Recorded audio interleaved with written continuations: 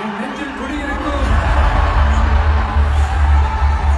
இப்படி ஒரு கொண்டாட்டம் வேறு எந்த ஒரு முதல்வருக்காவது கிடைத்ததுண்டா? தமிழ்நாட்டின் தங்க மகனை கொண்டாடி தீர்க்கும் கல்லூரி மாணவர்கள். தலைவர் விஜய் தமிழகத்தில் முதல்வராக பதவியேற்ற நாளிலிருந்தே பல அதிரடி நடவடிக்கைகளை எடுத்து வருகிறார். இவரால் தமிழகத்தில் நல்ல ஒரு மாற்றம் வரும் என்ற நம்பிக்கை மக்கள் மத்தியில் ஏற்பட்டுள்ளது.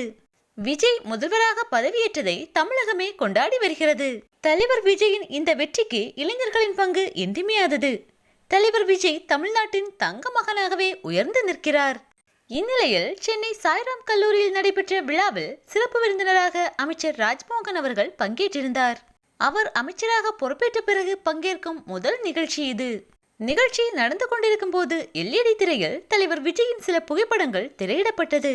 அதிலும் குறிப்பாக தலைவர் விஜய் அவர்கள் முதலமைச்சர் நாற்காலியில் அமரும் புகைப்படம் வரும்போது கல்லூரி அரங்கமே அதிர்ந்தது. எந்த ஒரு முதல்வருக்கும் இந்த அளவு ஆதரவு இளைஞர்கள் மத்தியில் கிடைத்ததாக சரித்திரமில்லை.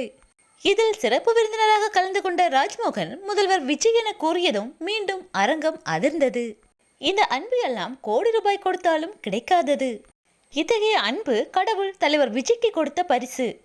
மக்களின் இந்த அன்புக்காகவே அவர் நல்லாட்சியை தமிழக மக்களுக்கு கொடுப்பார் என்பதில் எந்த சந்தேகமும் இல்லை.